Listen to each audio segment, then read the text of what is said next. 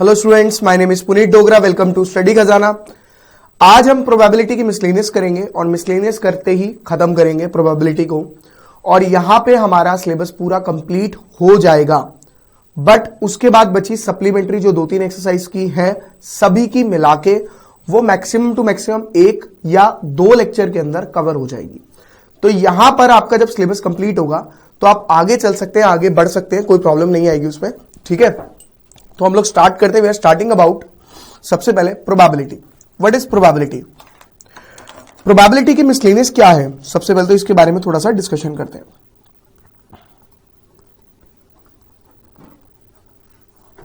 देखिए, आपने 10th class में जो प्रोबेबिलिटी पढ़ी थी और 11th क्लास में जो डिफरेंस है वो आपने सेट थ्योरी में तो देख ही लिया है कि थोड़ा सा सेट थ्योरी उसके अंदर यूज हो जाता है। This is the difference between today's probability and जो आपने 10th क्लास में पढ़ी थी उसमें। ठीक है, बट द पॉइंट इज कि अभी जो मेन डिफरेंस है वो क्या है, दैट इज कॉम्बिनेशन।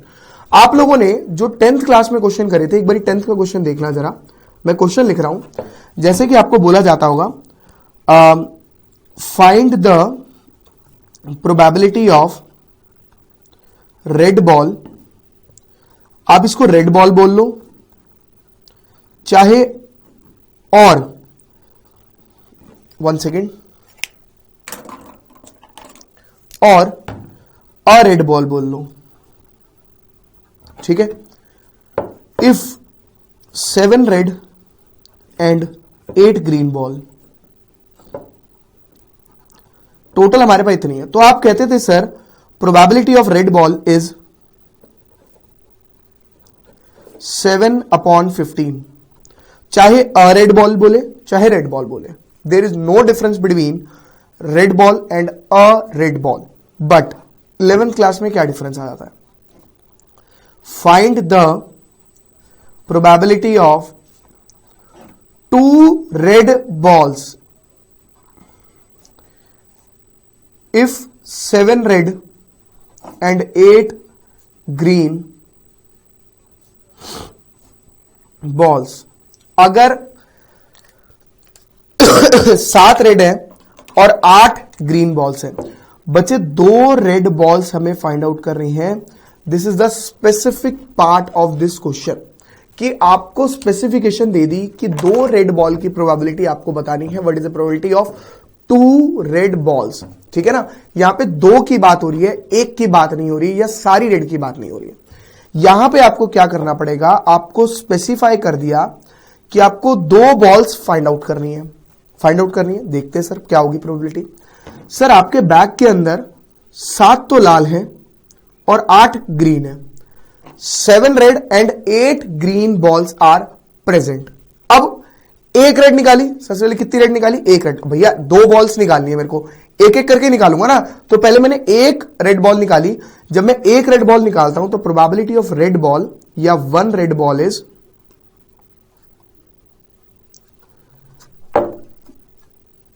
7/15।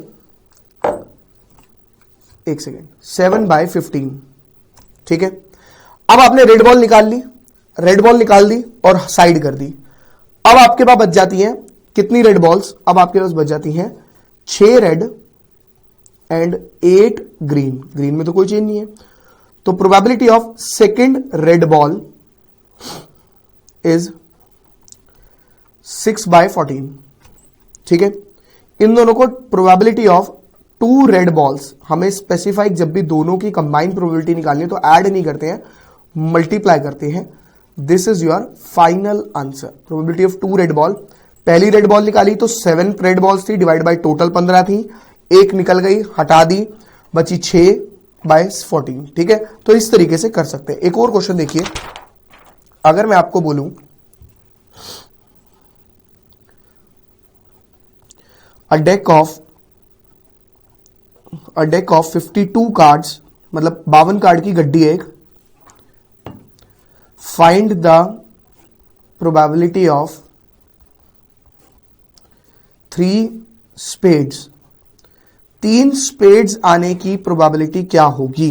देखिए सर हमारे पास 13 स्पेड होते हैं। देखिए 13/52 पहला स्पेड आने की। अब एक पत्ता निकाल ले, दैट इज स्पेड। बचे कितने स्पेड? 12। टोटल कितने बचे? 51। ठीक है भैया, मेरे पास 52 स्पेड से मैंने एक निकाला, प्रोबेबिलिटी निकाल ली। अब इसको छोड़ दूंगा, इसको वापस नहीं रखूंगा गड्डी में, ठीक है ना। तो बचे कितने? 12/51। स्पेड कितने बचे? 11/50, क्योंकि एक एक तो टोटल में से कम होएगा ही होएगा। This is the probability of 3 spade cards. अगर स्पेसिफाई करें कि कितने कार्ड्स निकालने हैं, then you can use this, और जो आपके 11th की एनसीईआरटी के अकॉर्डिंग दिया हुआ है उसके बारे में बात करते हैं। सर 13 स्पेड में से कोई भी 3 निकल सकते हैं एंड 52 में से कोई भी 3। This is the probability, this is called number of outcomes. 3 spade निकलने की प्रोबेबिलिटी क्या होगी 13 कार्ड्स में से? 13C3, एंड टोटल में से कितनी होगी? 3 होगी। बच्चे इसको कंप्लीट करते हैं। 13 factorial, 3 factorial and 10 factorial divided by 52 factorial, 3 factorial, 52 में से 3 गए 49 फैक्टोरियल। इसको सिंप्लीफाई करते हैं। 13 into 12 into 11 into 10 factorial divided by, देखिए 3 से 3 तो कैंसिल हो गया, 10 factorial upon 52 into 51 into 50 divided by 49 factorial.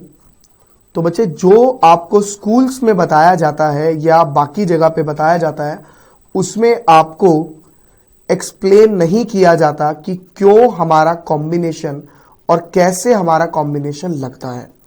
ये पूरा part and this complete part are both are same. हमारे को 11th में पढ़ने हैं विदाउट रिप्लेसमेंट के क्वेश्चंस। ये विदाउट रिप्लेसमेंट का क्वेश्चन है, मतलब स्पेड कार्ड निकाला, उसकी प्रोबेबिलिटी चेक करी, अब इस कार्ड को मैं अपने पास डेक में नहीं डालूंगा, इसको मैं फेंक दूंगा। दिस इज विदाउट रिप्लेसमेंट, कि उसको रिप्लेस नहीं किया। समझ में आ रही है बात? रिप्लेस नहीं करना, समझ में आ गई ना। ये पूरी 11th में पढ़ना है, और 12th में आपको पढ़ना है विद रिप्लेसमेंट कैसे किया जाए। विदाउट तो पढ़ना ही पढ़ना है एंड विद भी पढ़ना है। This cases are called without replacement cases. Got it? समझ में आ गया? कोई दिक्कत नहीं है, आगे चलते हैं सर। तो डायरेक्ट करने का तरीका आपके पास ये है। This is the best way to find the solution of any question. किसी भी क्वेश्चन का सॉल्यूशन निकालने का बेस्ट तरीका यही है, ठीक है। अब आते सर क्वेश्चंस पे। क्वेश्चन नंबर फर्स्ट मिसलेनियस का,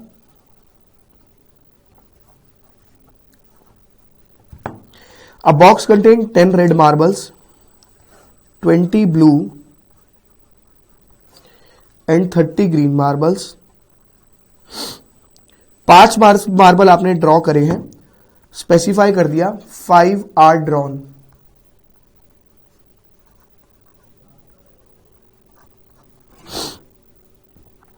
first, all will be blue.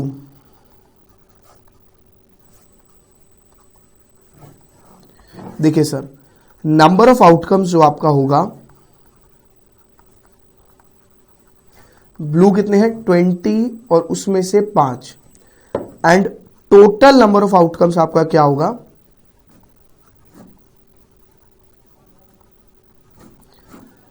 10 + 20 + 30 C5, यानी 60 C5 is total. Probability of 5 blue marbles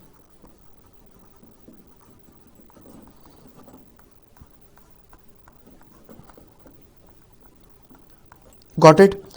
इसको कैलकुलेट करने की जरूरत नहीं है, ठीक है, क्योंकि काफी बड़े कॉम्बिनेशन की वैल्यू, दैट्स वाई।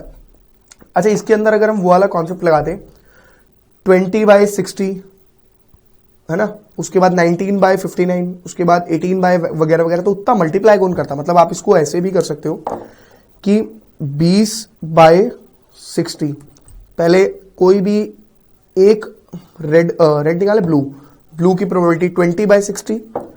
अब एक मार्बल निकाला, उसे फेंक दिया, मार्बल्स कितने बच गए? ब्लैक कितने बच गए? 19, और टोटल कितने बचे? 59।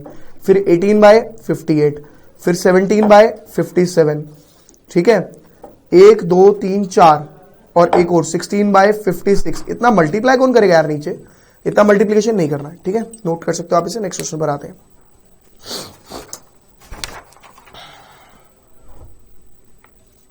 तो इसलिए इसको नहीं करना है। Second part, at least one will be green, कम से कम एक ग्रीन हो, तो ग्रीन कलर से ही करते हैं भाई।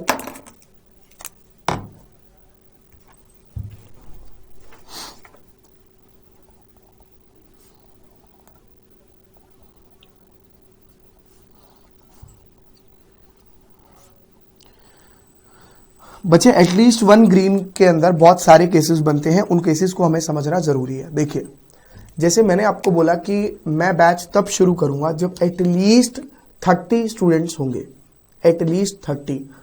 सपोज कीजिए आप 35 आ गए, तो क्या मैं बैच नहीं शुरू करूंगा? करूंगा। आप 40 आ गए तो मैं बैच शुरू करूंगा।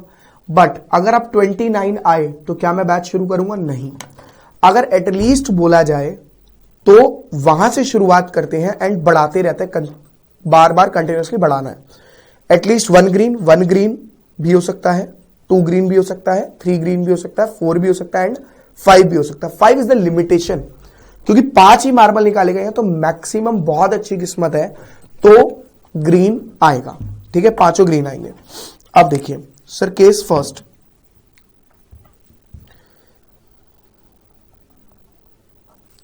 when 1 is green, जब एक ग्रीन हो। सर आपके पास ग्रीन कितने थे? 30 ग्रीन थे। 30 C1 divided by 60 C1 into बचे कितने? देखो निकालने तो 5 ही हैं, लेकिन एक निकला ग्रीन, तो बचे कितने? अदर्स कितने होगा? देखिए 30 आपके ग्रीन है, अदर्स दोनों को मिला के कंसिडरेशन होगा 30 C4, यहां तो 5 ही आएगा ना, 5 मार्बल टोटल निकले। ठीक है, case second, when 2 is green, 2 marble green है, 30 में से 2 ग्रीन, बचे हुए 30 में से 3 green, 3 others non greens. Case third,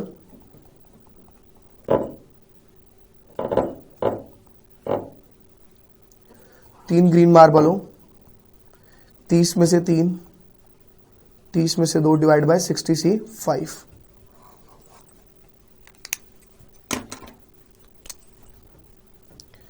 case 4,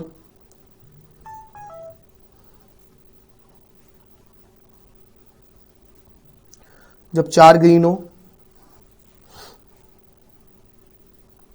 30 में से 4 और बाकी 30 में से 1, 30 में से 5 और 30 में से 0। अब टोटल प्रोबेबिलिटी क्या करेंगे? इन सबको ऐड कर देंगे। ठीक है, अच्छा अगर मैं एक और तरीका अप्लाई कर सकता था, आप पहले से नोट कीजिए, फिर मैं आपको दूसरा तरीका बताऊंगा।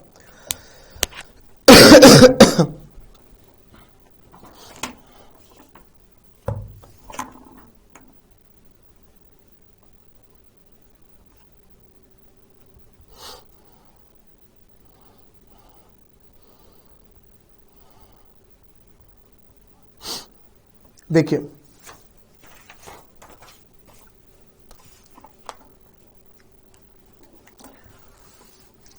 अगर मैं आपको बोलता कि आप टोटल प्रोबेबिलिटी इज 1,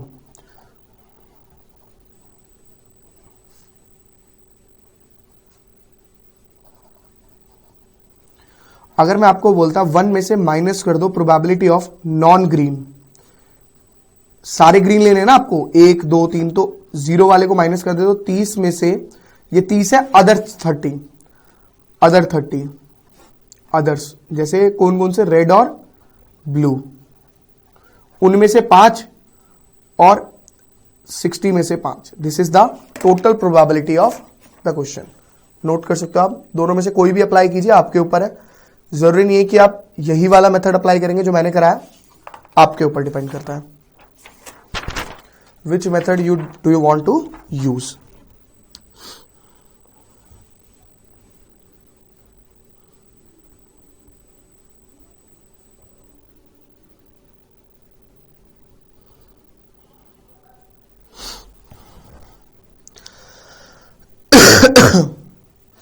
देखिए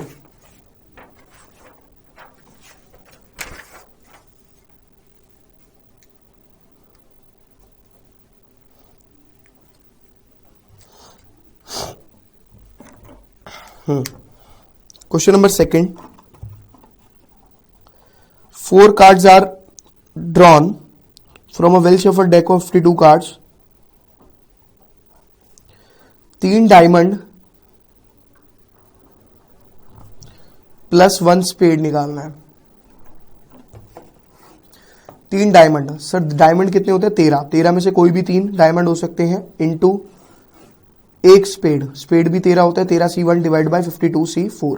द पॉइंट इज, बच्चा मुझे बोलता है सर यहां पे आप प्लस लिख रहे हो और यहां पे आप मल्टीप्लाई कर रहे हो। देखिए आपको टोटल प्रोबेबिलिटी जब तक एक केस की निकालनी है तो वो हमेशा मल्टीप्लाई होगी। This is a complete case, this is a complete case of obtaining 3 diamond and a spade. समझ में आ रही बात?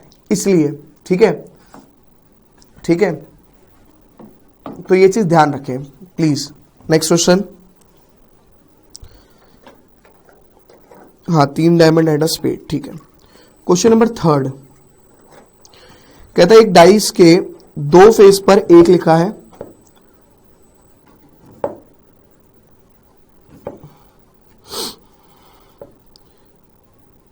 तीन फेसेस पर 2 लिखा है और एक फेस पर 3 लिखा है। मतलब अजीब सा डाइस है, ठीक है ना।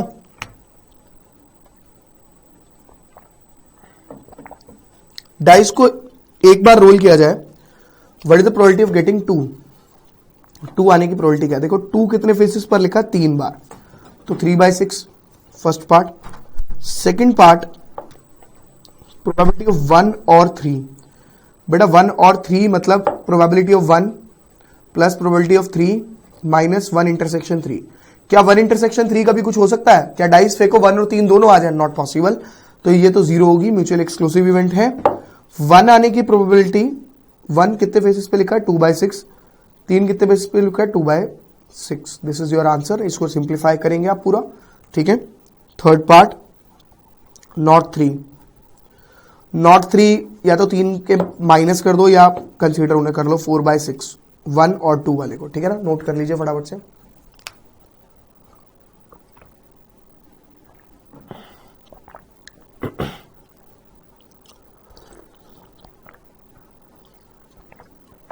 क्वेश्चन नंबर 4,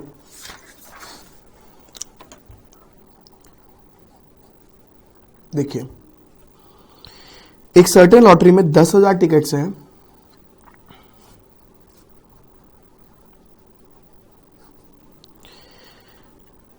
इक्वल प्राइस लिखा हुआ सब पे,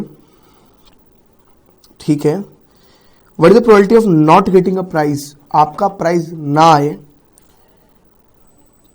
अगर आपने 1 टिकट खरीदी, अगर आपने 2 टिकट खरीदी, अगर आपने, ठीक है। देखिए अवार्ड्स कितने पर हैं? अवार्ड्स वाली टिकट है 10, तो नॉन अवार्ड हो गई 9,990 आर नॉन अवार्ड्स वाली टिकट्स। अब देखिए probability of not getting a prize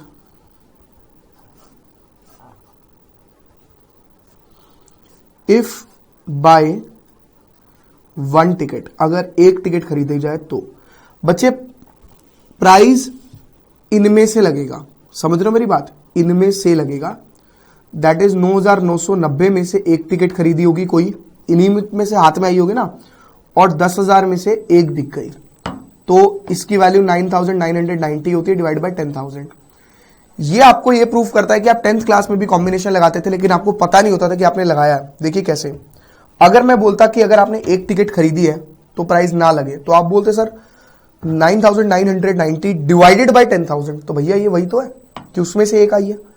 तो ये कॉम्बिनेशन हर एक केस में लगता है, बट द पॉइंट इज कि आप लगा कैसे रहे हो। Second part my dear student, देखिए सेकेंड पार्ट, 2 टिकट्स, अगर 2 टिकट्स हमने परचेज करी है तो 9,990 में से 2 डिवाइडेड बाय 10,000 C2, और इसको हम कैसे लिख सकते हैं? 9,990 डिवाइड बाय 10,000। अब 1 टिकट बिक गई 9,989 डिवाइडेड बाय, ऐसे। समझ में आ रहा नहीं कैसे हुआ? भैया 1 टिकट इसमें से निकली, वो एक बंदा लेके चला गया, ठीक है। अब दूसरी टिकट निकाल रहा हूं तो बची कितनी 9989 डिवाइड बाय ये, तो ये प्रोबेबिलिटीज है और nothing else. Third case is 10 वाला। 10 वाले को कैलकुलेट नहीं कर सकते, इतना बड़ा कौन 10 तक यार बनाएगा, तो इसलिए हम कॉम्बिनेशन इस्तेमाल करेंगे उसमें। 10 टिकट्स अगर परचेज की जाए तो प्राइस तब भी नहीं लग रहा है यार, ठीक है, गॉट इट, नोट कर लीजिए इसे।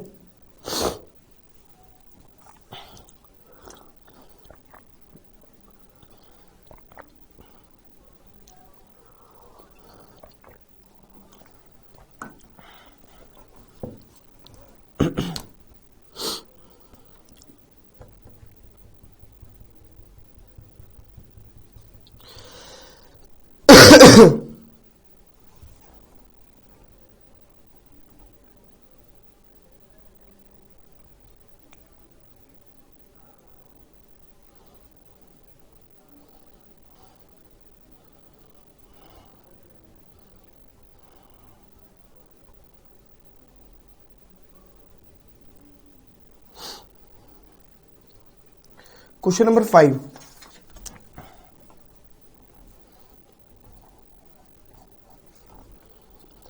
आउट ऑफ 100 स्टूडेंट 100 बच्चे हैं,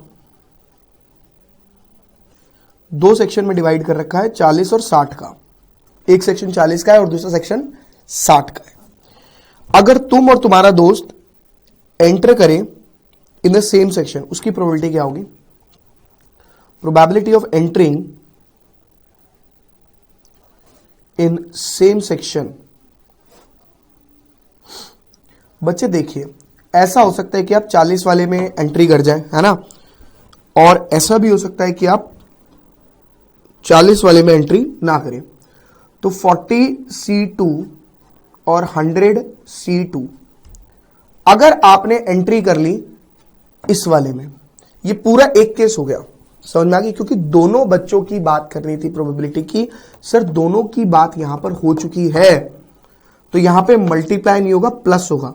कोई जरूरी है कि आप सेक्शन ए में ही जाओ? मान लो सेक्शन ए है, ऐसा भी तो हो सकता है ना कि दोनों के दोनों 60 वाले सेक्शन में चले जाए। तो this is the second probability, got it? Second part, both enter in different section.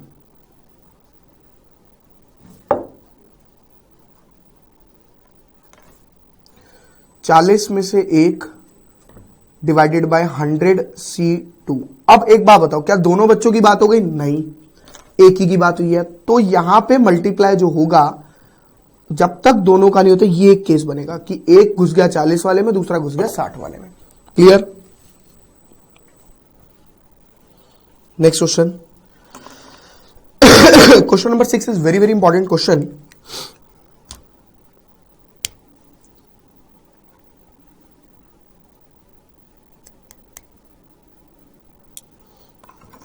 देखिए,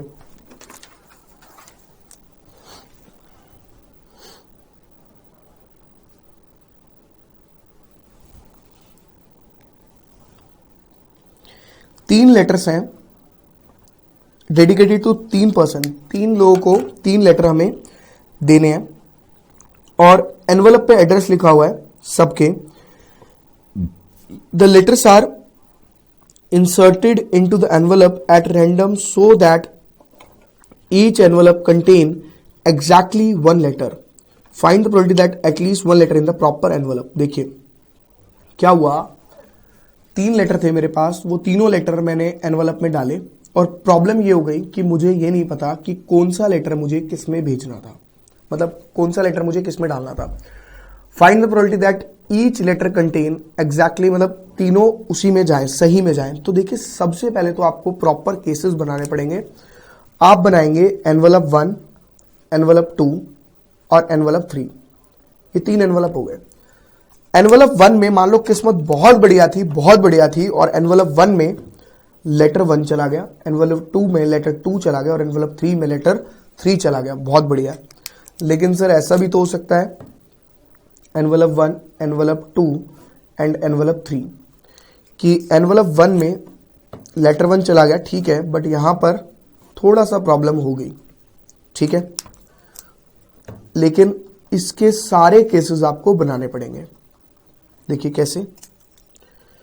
अब क्या हुआ, एनवेलप 1 में लेटर 2 चला गया, यहां पर लेटर 1 चला गया, यहां पे लेटर 3 चला गया। किस्मत बहुत खराब थी, ठीक है ना। एनवेलप 1 में गलती से लेटर 2 रहा,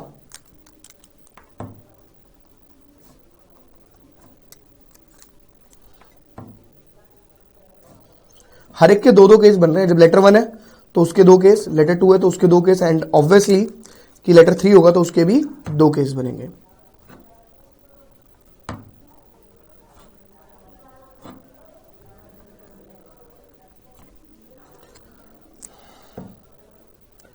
letter 3, letter 2, letter 1, letter 3, letter 1, letter 2।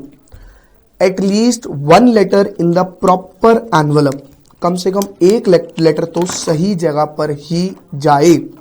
बच्चे देखिए, कम से कम एक, यानी 2 वाले भी सही जाए तो बेस्ट है, 3 वाले जाए तो और भी बेस्ट है। सर ये केस ये हो गया, ये सैंपल स्पेस बन गया आपका, ठीक है। एक केस ये हो गया, एक केस ये हो गया। क्यों? At least 1 letter in proper envelope, इसमें लेटर सही नहीं गया, नहीं गया, नहीं गया, सही नहीं गया, सही नहीं गया, सही नहीं गया, सही नहीं गया, सही गया, एटलीस्ट 1 तो जाए। इसमें भी नहीं गया, और एक केस और होना चाहिए यार, ये रहा ना, E3L3। तो probability of at least 1 letter in proper envelope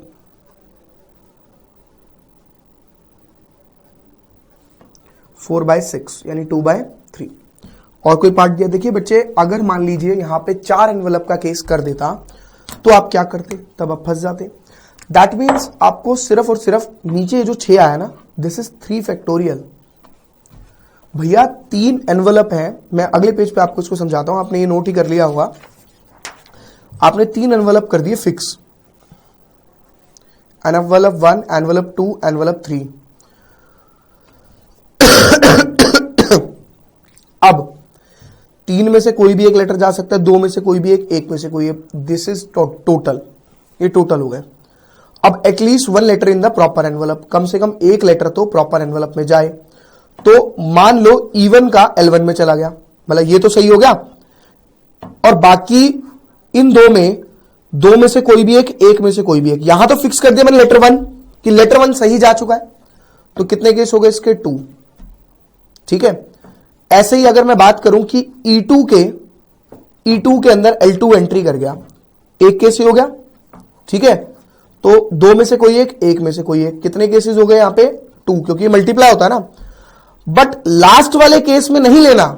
क्यों नहीं लेना लास्ट वाले केस में? यार अगर E3 के अंदर मैं L3 डाल देता हूं तो वो तो यार इसमें भी आ ही गया था ना, इसमें और इसके अंदर कंसीडरेशन हो चुका है, तो वो नहीं कंसीडर कर सकते आप। इन दोनों में कंसीडरेशन हो चुका है, तो टोटल हो गया 4। और बेस्ट तरीका ये होता है कि 1 में से आप माइनस कर दो not in correct envelope. Correct envelope में एक भी लेटर ना जाए, ये माइनस कर दो तो बेटर रहता है, आसान हो जाता है। तो अगर 4 का केस है तो 4 फैक्टोरियल, टोटल नीचे 24 आ जाएगा, और 1 minus not in correct envelope, उसके अकॉर्डिंग आप निकाल लेंगे और आंसर आ जाएगा, ठीक है। अभी ये जो 2-3 क्वेश्चन है बहुत इंपॉर्टेंट है यार, है ना। क्वेश्चन नंबर 6 था ना, 7 करना है। ये तो नकली है, 7 तो नकली है, बट हाँ प्रोबेबिलिटी ऑफ ए दे रखा है 0.54, प्रोबेबिलिटी ऑफ बी दे रखा है 0.69, probability of A intersection B दे रखा है 0.35।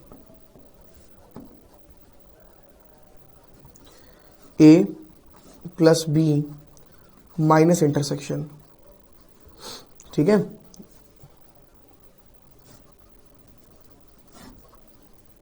हो गया। Second part, A complement intersection B complement, what is the value of this?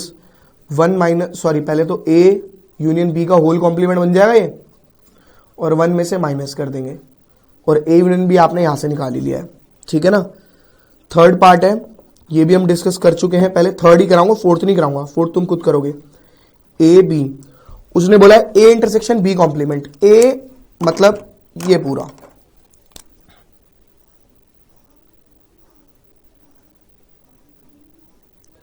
और बी कॉम्प्लीमेंट का मतलब क्या हुआ, नॉट बी, बी नहीं होना चाहिए, बी ये पूरा है, बी नहीं होना चाहिए, यानी ये पार्ट, इन दोनों में कॉमन क्या है, ओनली ए, तो प्रोबेबिलिटी ऑफ ओनली ए निकालनी है, यानी probability of A minus A intersection B. ठीक है, नोट कर सकते हो आप इसको। नेक्स्ट क्वेश्चन पर आएंगे।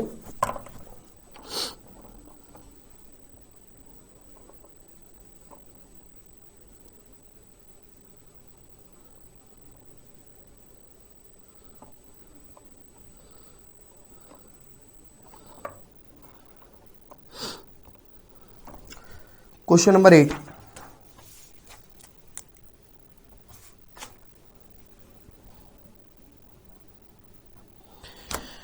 from the employees of a company 5 person are selected to represent from the following managing committee of the company. कहता है person is selected from this group act as a spokesperson. spokesperson के लिए हमारे को कुछ बंदों को select करना है. What is the probability of spokesperson either be male or over 35 years? That means male union over 35 years.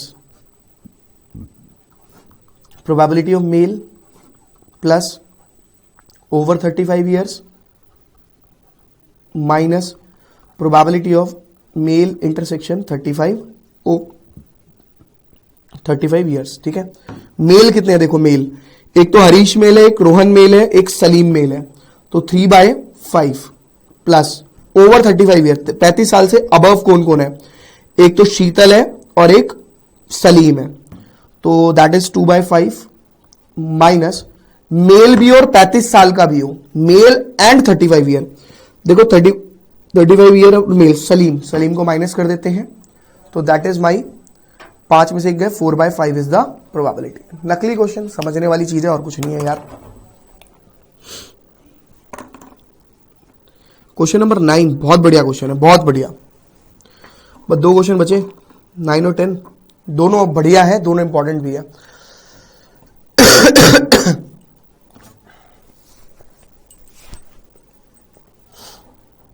देखिए,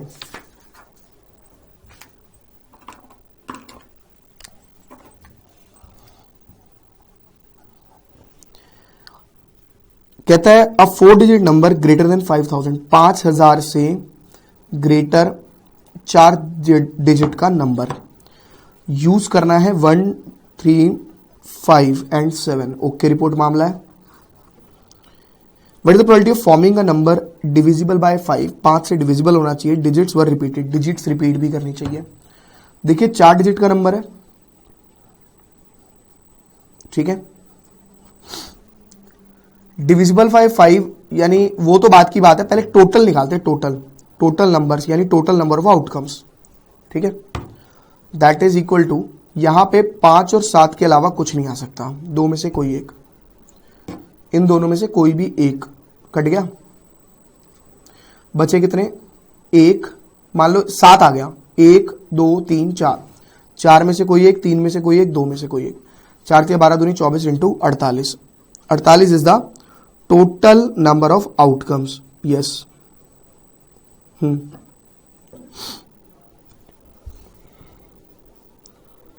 अरे यार डिजिट्स रिपीटेड है, जब डिजिट्स रिपीट की जा सकती हैं तो ये कटेगा, बट यहां पे 5, 5 और 5, 250। अब फर्स्ट केस हम ले रहे हैं,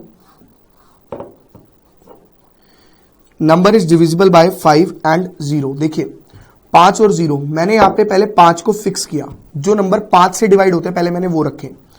अगर कोई भी नंबर 5 से डिवाइड हो रहा है तो यहां पे फिक्स हो गया 5, भैया यूनिट प्लेस पे 5 या 0 आ सकता है। मैं पहले निकालूंगा जिसके यूनिट प्लेस पे 5 आता है, फिर मैं दूसरा निकालूंगा जिसके यूनिट प्लेस पे 0 आता है, फिर दोनों को ऐड कर दूंगा लास्ट में, ठीक है। अब यहां पे 5 आ गया, एक नंबर फिक्स हो गया, ठीक है, बचे कितने नंबर, ये फिक्स हो गया, बचे कितने, अभी भी 5 ही बचे हैं। क्यों, 0 मतलब रिपीटेशन तो अलाउड है, तो यहां पे तो कोई भी नंबर आ सकता है, बट द पॉइंट इज कि यहां पर अभी भी दो ही नंबर आ सकते हैं, 5 और 7, दो में से कोई एक, दो में से कोई एक। बचे कितने अभी भी? 5, 5 और 4। This is the case. 5 to the 10 40 number divisible by 5 plus यहां पे 0 एक नंबर आ गया, बट यहां पे तो 5 और 7 में से एक, दो में से कोई एक, 5 और 4, 5 to the 10 40, यानी total probability of number divisible by 5 is 80 by 250।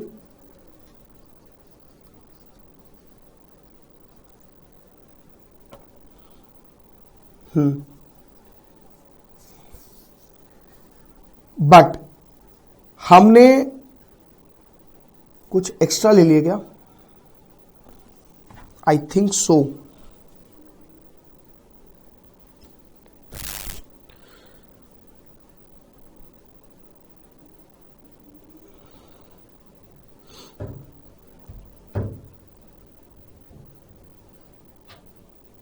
पांच दूनी 10 40। अरे यार रिपीटेशन तो अलाउड है ना, क्या कर रहा हूं मैं भी, रिपीटेशन तो अलाउड है। नंबर कट के कम क्यों होंगे? 50 ये हुए, 50 ये हुए, 100 नंबर हुए टोटल, बात खत्म। रिपीटेशन तो अलाउड है ना, तो 10 यानी 2/5, ठीक है। अब रिपीटेशन अलाउड नहीं होगी तब, तो पहले टोटल निकालेंगे, टोटल नंबर्स। देखिए रिपीटेशन अलाउड नहीं है,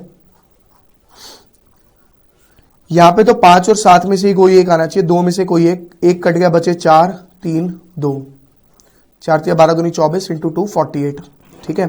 डिविजिबल बाय 5, पहले यहां पे रख लो 5, यहां पे फिक्स हो गया 1। अच्छा यहां पे सिर्फ 7 ही आ सकता है because number are greater than 5000, तो 5 तो यहां फिक्स होगा, रिपीटेशन हो नहीं सकती, तो 7 ही आएगा क्योंकि यहां पे 7 और 5 के लिए स्पेस होता है। अब नंबर कितने बचे आपके पास? 0 1 3 5 7 था, तो आपका 5 जा चुका, आपका 7 जा चुका, बचे कितने? 3 में से कोई एक, 2 में से कोई एक, 6 ये बच गए। प्लस जब यूनिट प्लेस पर 0 होगा, एक यहां फिक्स, यहां पे 5 और 7 में से दोनों में से कोई भी एक आ सकता है। बचे कितने? अब आपका कौन कौन कट गया?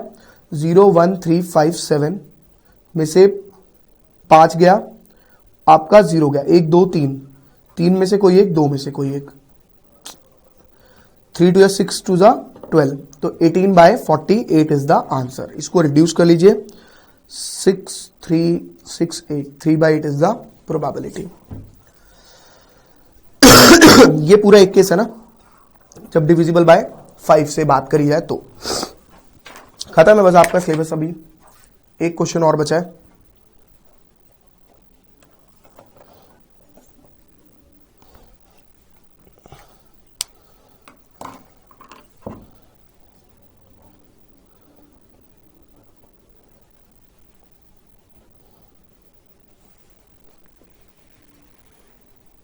हाँ देखिए question number 10, the number of a lock of a suitcase has 4 wheel. 4 wheel मतलब 4 पहिए नहीं है, वो 4 नंबर वाला नहीं होता, टिक टिक टिक टिक करके ऊपर नीचे करते हैं, कोड होता है, फिर वो लगाओ ओपन हो जाता है। 10 डिजिट है, 0 to 9, ओके।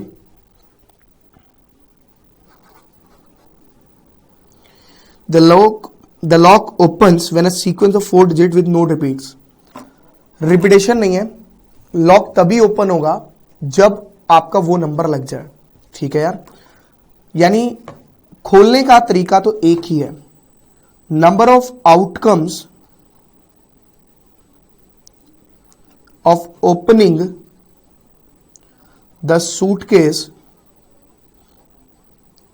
इज 1, एक ही तरीका हुआ। What is the probability of a person getting the right sequence to open the suitcase? Right sequence लग जाए। देखिए सबसे पहले 10 में से कोई भी 4 सेलेक्ट हो सकते हैं नंबर्स, 10 में से कोई भी 4 नंबर हो सकते हैं, समझ रहे हो मेरी बात? 10 में से कोई भी 4 हो सकते हैं ना। टोटल आउटकम की बात करें, हमें नहीं पता कौन से होंगे, बट 10 में से कोई भी 4 होंगे। अच्छा वो 4 मान लो वो 4 जो है वो है 8 7 6 और 3, बट इनका सीक्वेंस क्या होगा भैया ऐसा भी हो सकता है 3 6 7 8, 3 8 7 6, 4 7 8 6 3, कोई भी हो सकता है सीक्वेंस। तो इनका जो सीक्वेंस होगा 4 फैक्टोरियल होगा इंटू 4 फैक्टोरियल। 10 में से 4 नंबर सेलेक्ट हुए, देन वो अरेंज हुए। Therefore probability of opening the suitcase, suitcase के ओपन होने के chances is 1 divided by 10c4 into 4 factorial. को सिंप्लीफाई करना पड़ेगा बिकॉज 10c4 से 4 फैक्टोरियल कटेगा। 1/10 factorial, 4 factorial, 6 factorial into 4 factorial, ये कैंसिल, 6 ऊपर चल जाएगा, 6 इंटू 5 6 फैक्टोरियल ऐसे ही ऊपर चला गया ना, नीचे तो ऊपर चल जाएगा। 10 into 9 into 8 into 7 into 6 factorial, ये कैंसिल। तो आपका आंसर आया 1/10 इंटू 9 इंटू 8 इंटू 7। इसको मैं मल्टीप्लाई कर देता हूं, 7 8 56, 56 into 9 504 multiply by 10, that is 5040. 1/5040 is the final answer. ठीक है ना, यानी इस तरीके से आप इसे कैलकुलेट कर सकते हैं। अब आपके इसके सारे एग्जाम्पल्स हो जाएंगे, एग्जाम्पल भी आप पढ़ेंगे क्योंकि एग्जाम्पल इसके इंपॉर्टेंट है, कुछ भी नहीं है उसमें। ठीक है ना, बढ़िया बात है वो तो। और आगे देखते हैं। अब देखिए यहां पे आपका चैप्टर यहां पे समाप्त हो गया, ठीक है ना। तो आपका सिलेबस यहां कंप्लीट हो गया, बट जो भी जिस भी सीक्वेंस के अकॉर्डिंग चैप्टर्स देख रहे हैं तो उन्हें पता होगा कि सिलेबस में क्या क्या उन्होंने छोड़ा है, तो उसको वो पढ़ लें अपने तरीके से। क्योंकि वीडियो लेक्चर्स का यही फायदा है कि मेरा जब मन करे मैं लास्ट चैप्टर पढ़ सकता हूं, मेरा जब मन करे मैं सेकंड लास्ट पढ़ सकता हूं। तो दिस इज द हमारे पास एडवांटेज। ठीक है, तो नेक्स्ट क्लास में आप लोगों से उम्मीद करता हूं मैं पढ़ेंगे, आप लोगों को मेरे 11th के लेक्चर सभी समझ में आए होंगे। बहुत अच्छी बात है, आई होप कि समझ में आए हो। अगर नहीं आए तो I am sorry for that. और उसके बाद अब हम लोग 12th क्लास में उम्मीद करता हूं कि मिलेंगे, क्योंकि मेरे 12th के लेक्चर्स भी अवेलेबल हैं, एनडीए के भी अवेलेबल हैं, और मोस्ट प्रोबेबली चांसेस ये हुआ तो मैं सीडीएस के भी बनाऊंगा एंड आईआईटी के भी लेक्चर्स बनाऊंगा। But this is the probability of making, ये अभी जिसे प्रोबेबिलिटी हमने पढ़ी है, बट कंप्लीट नहीं है। तो आप लोगों को बाकी कोई भी दिक्कत हो, आप मेरा नंबर आप लोगों के पास है, this is my personal contact number जो मैं हमेशा बच्चे को देता हूं, ताकि उसे कोई भी किसी भी तरीके की प्रॉब्लम ना आए। आप मेरे को व्हाट्सएप कर सकते हो, कोई प्रॉब्लम नहीं है। आप मुझे ईमेल कर सकते हो, मेरी ईमेल आईडी दोबारा मैं बता दूं, punitdogra1992@gmail.com। बच्चों के बहुत सारे कॉल्स आते हैं मेरे पास and they want suggestion from me कि भाई सर हम लोग केमिस्ट्री के लेक्चर एंड अकाउंट्स के लेक्चर या फिजिक्स लेक्चर कौन से लें। देखिए मैंने जो अभी तक लेक्चर्स देखे हैं केमिस्ट्री के, वो मेरे को राजू सिंह सर के बहुत अच्छे लगे हैं, तो आप वो ले सकते हो। और अकाउंट्स का जो मैंने लेक्चर देखा है करण अरोड़ा के, उनके डेमो लेक्चर्स आपके पास यूट्यूब पे अवेलेबल है, आप उन पे भी देख सकते हो। उनके 12th के लेक्चर दोनों के अवेलेबल है और कंप्लीट कोर्स अवेलेबल है उनका, एंड शॉर्ट कोर्स भी अवेलेबल है। तो आप वो परचेज कर सकते हो या ऑनलाइन देख सकते हो, मतलब बहुत तरीके हैं, आपको पता ही है। तो अगर आपको वैसे भी कोई दिक्कत आए तो you can call me any time anywhere. तो स्टडी खजाना का यही टैग लाइन है, एनी टाइम एनीवेयर। तो नेक्स्ट क्लास में उम्मीद करता हूं 12th क्लास में मिलते हैं आप लोगों से। Bye bye, see you, tata, good night, शब्बा खैर, शुभ रात्रि। आपको याद आएगी मेरी स्टेटमेंट की, बाय बाय, सायोनारा।